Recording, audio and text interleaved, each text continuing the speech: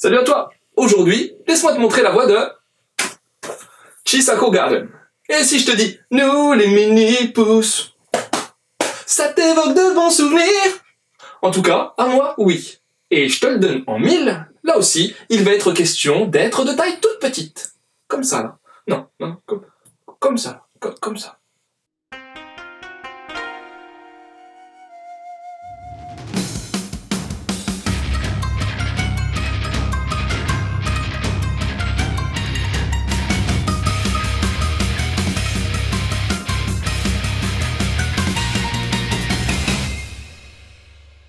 La famille de la petite Luna, qui emménage dans une nouvelle maison avec un jardin, une écrivaine qui fait une excursion avec son éditeur pour trouver l'inspiration, un ado qui vit reclus chez lui par crainte du regard des autres, une jeune femme mariée à un ex-samouraï en retraite forcée, une autrice de livres illustrés au seuil de la mort.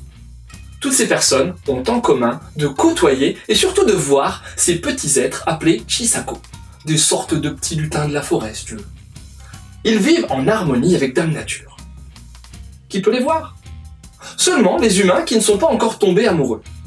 Alors, en grandissant, la petite Luna finira par ne plus côtoyer son ami lilliputien. Je sais, le mot est moche. Qui vit dans son jardin. L'éditeur, beau gosse, qui s'est toujours refusé ce sentiment amoureux, va finir également par ne plus le voir non plus durant l'excursion avec l'autrice, l'auteur, qui l'accompagne. Bref, je vais pas tout te raconter non plus, hein. Ou alors, on passe en VOD. Comme tu veux.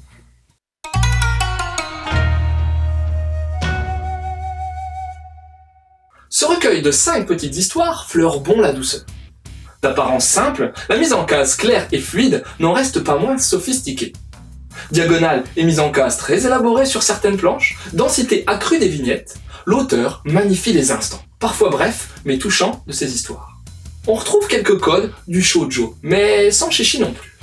Le design est épuré, que ce soit pour les persos ou pour les décors, parfois esquissés ou effacés en arrière-plan. Côté protagoniste, on note les yeux qui sont particuliers, je trouve, par le fait qu'ils sont soit tout noirs, soit tout blancs, avec juste le point de la pupille. Ça n'empêche pas pour autant de laisser transparaître les émotions. Le trait maîtrisé et la narration de Kodama Yuki font leur job. Le design des lilliputiens fait très sylvestre. En gros, ils ont des jambières en fourrure, des brassards genre cuir, des arcs. C'est l'éditeur Vega qui ramène en France ce petit one-shot. Couverture originale conservée, elle a été créée par un designer pour l'occasion et elle reflète bien le contenu tout en intégrant d'une jolie manière le titre et le nom de l'auteur sur l'étiquette de la boîte de conserve. Les onomatopées ont été gardées, traduites et incorporées de manière homogène.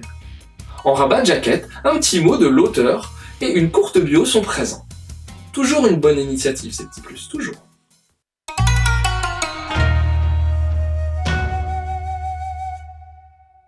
Alors, en parlant de biographie, voyons qui est Kodama Yuki.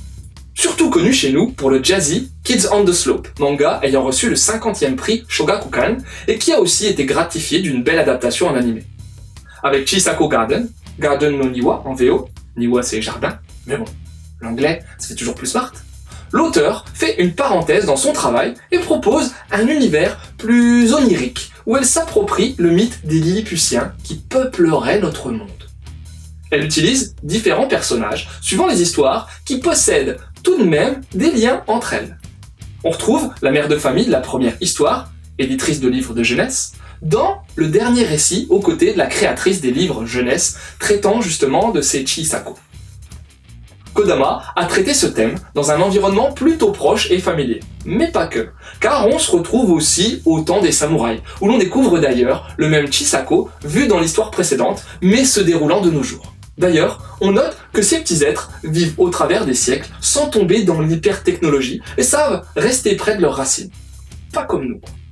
La condition pour voir les Chisako est de ne pas avoir connu l'amour. Kodama crée donc des situations où l'on devine les sentiments des personnages par ce fait, comme avec l'épouse qui voit toujours le Chisako. Bon, c'était les mariages arrangés à l'époque alors. Bref, dans Chisako Garden, Kodama Yuki apporte douceur et rêverie avec ces petits êtres dignes du folklore nippon. Des mini-pousses liés à la nature qui veulent juste faire leur vie et pourquoi pas cohabiter, voire aider par moments les grands humains. Une jolie fable en somme, déclinée via 5 nouvelles. En conseil lecture-visionnage, primo, je te dirais d'aller lire ou de mater l'autre série phare de l'auteur, Kids on the Slope, Sakamichi no Apollon. Que t'aimes le jazz ou non, on s'en fout, ça, t'aimeras.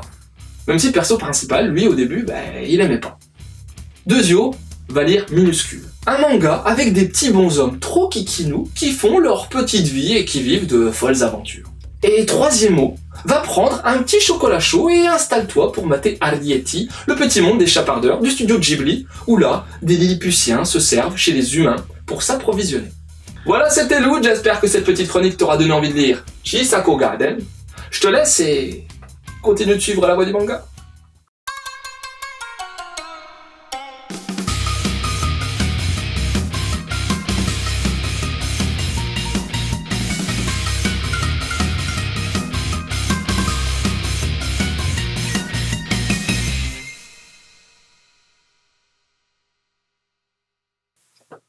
Bon, il était pas mal celui-là. Ça va, hein? Ouais.